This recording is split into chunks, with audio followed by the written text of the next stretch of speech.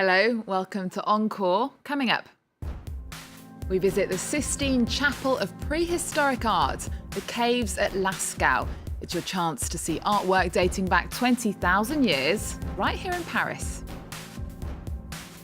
For almost half a century, he's been known for his blonde locks, trademark sunglasses and high-pitched 60s sounds. The French pop star Michel Polnareff is back on the scene after nearly 10 years out of the limelight. And the sponsorship files. We're talking about how the world's most popular museum, the Louvre, is funded.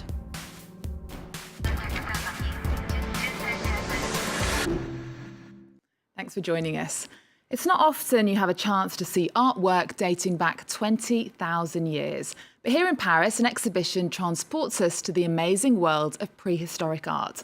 Lascaux in Paris at the Porte de Versailles recreates a series of stunning cave paintings discovered by sheer chance back in 1940 in the Dordogne region of France.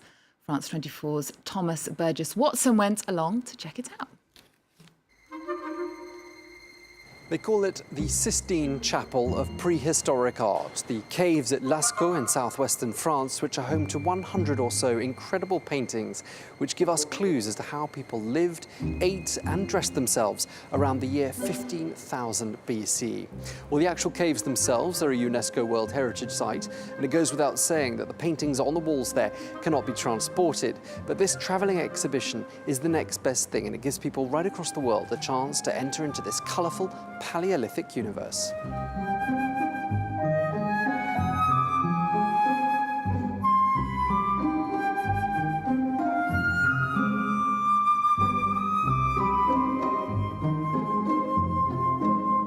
Discovered by a group of teenagers in Montignac in southwestern France back in 1940, these frescoes had most likely been undisturbed for thousands of years. Well, as you can see, animals take centre stage in the artwork: cattle, stags, birds, even a rhinoceros. The actual caves at Lascaux had been closed to the public since the year 1963. That's because the mixture of air conditioning, lighting and condensation had been taking its toll on the paintings. But 2 decades after the closure of the caves, a painstakingly precise reconstruction was opened just a stone's throw from the originals, giving people the chance to enjoy these treasures without damaging them. Well, let's go now and meet Olivier Retou, who is the director for the Lascaux exhibition, which is currently touring the world. First of all, we have reproduced Lascaux perfectly. We have 5 reproductions of a part of Lascaux which has never been reproduced. That is a novelty. The second point is that for this exhibition, we have gathered a great collection of image, picture, film, interviews, documentation, and so on. And we have also a 3D film where you can fly in the cave. So really this exhibition is Lascaux as nobody has ever seen.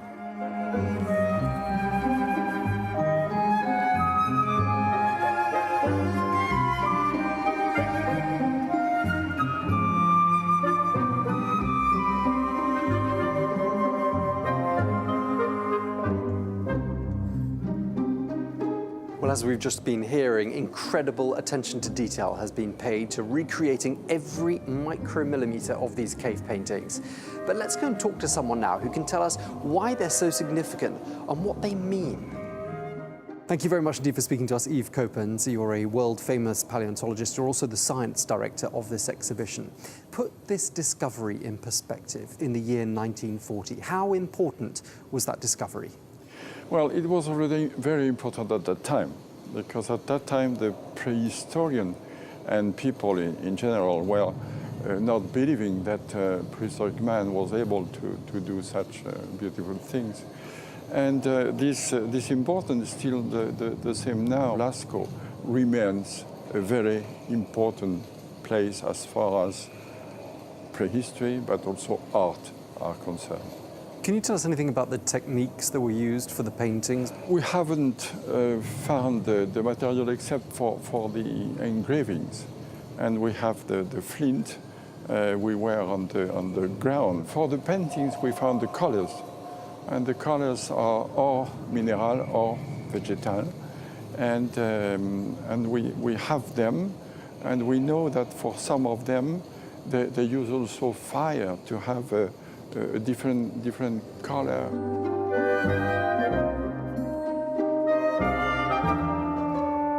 These animals and these signs are all related, telling us a story, which is exceptional at that time. But it's surely a myth which is told especially to young people, to tell them how their society was built, maybe the origin of man and the origin of their own society.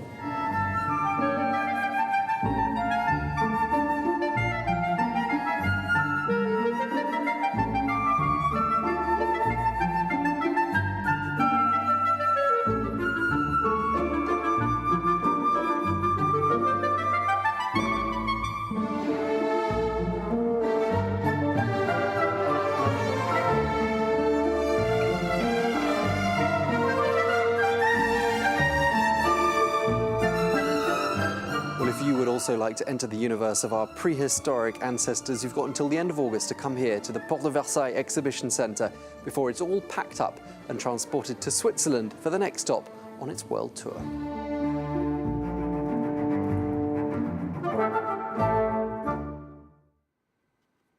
Now, it's one of the most famous museums in the world and a symbol of Paris. But to keep up with other powerful institutions, the Louvre needs funds. And that starts with ticket sales. But there's more to the Louvre's finances, as Ketevan Gurjestani explains. The Louvre and its pyramid, a symbol of Paris. Every year, it attracts 10 million visitors. Among its most treasured pieces, Liberty leading the people or the Mona Lisa. But masterpieces alone aren't enough to remain relevant. For that, the Louvre has a budget of nearly 200 million euros. 49% of the budget comes from state funding. For the rest, the museum must look elsewhere. The first source of funding comes to life when the Louvre closes its doors to the public. This consulting firm has organized a private tour of the museum for its clients, giving them the luxury of enjoying the art away from the crowd and with a personal guide. What you can see here is that Charlemagne's throne is sitting on a lily. The event costs about 30,000 euros and comes with a complimentary glass of champagne, as well as the sunset over one of Paris's most beautiful sights, a time to discuss art as well as business. It makes for lively conversations beyond business. We don't necessarily do business. We're obviously not going to sign a contract here, but it puts us in contact. With these private tours, the Louvre makes about 15 million euros a year, but visitors still account for most of the money. Though 40% of them get in for free, others must pay 15 euros for a ticket, bringing in 61 million euros. Another 16 million come from donations. On these signs, the names of French companies and rich individuals who have sponsored the museum. For many firms, sponsoring the Louvre is about prestige. The Louvre is French. It has a prestigious image around the world. We're a global company, so making it known inside the company that we're working for the Louvre is great, and we're really proud of it. With this private funding, the Louvre can acquire new pieces like this 18th century table inlaid with precious stones worth 12.5 million euros, a new addition to the collection completely paid for by sponsors. Last year, the museum collected a total of 4 million euros through 6,700 individual donations to pay for the restoration of the Winged Victory of Samothrace. The Louvre has found a thriving business model, a mix of public funding and generous private donations. With his blonde locks and trademark glasses, Michel Polnareff is a household name here in France. He may not be known elsewhere, but he's sold more than 3 million albums and 4 million singles in his home country. The celebrated pop star has been off the radar since 2007, but the 70-year-old has lost neither his devoted fans nor his lust for life. As Seynam Chantier explains, Polnareff is back to open an exhibition devoted to his work. 8 years after leaving behind a life in the public eye, Michel Polnareff is back, as are his iconic white-framed glasses and blonde locks.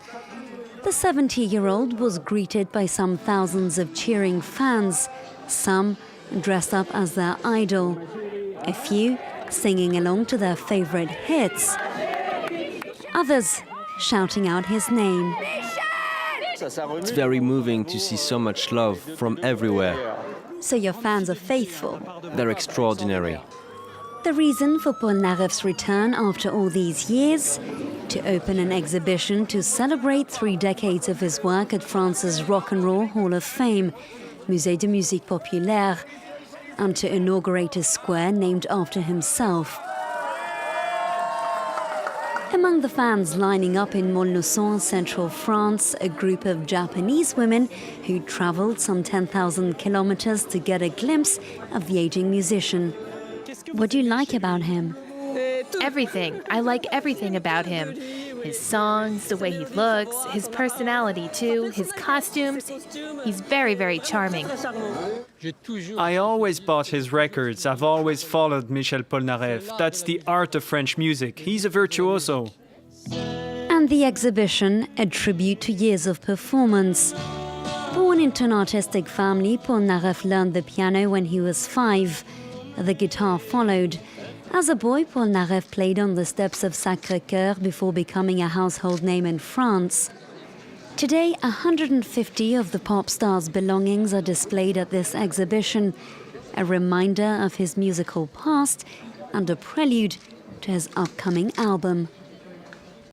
There you go, a French legend. We're going to leave you with 2 exhibitions showing in Paris at different branches of the Joseph Gallery. They both focus on the Kennedys. One looks at the life of Jackie Kennedy, while the other, more broadly, at the Kennedy family, a dynasty that shaped the politics, news and minds of America. Remember our website. We're also on Twitter and Facebook. There's more news coming up on France 24 after this.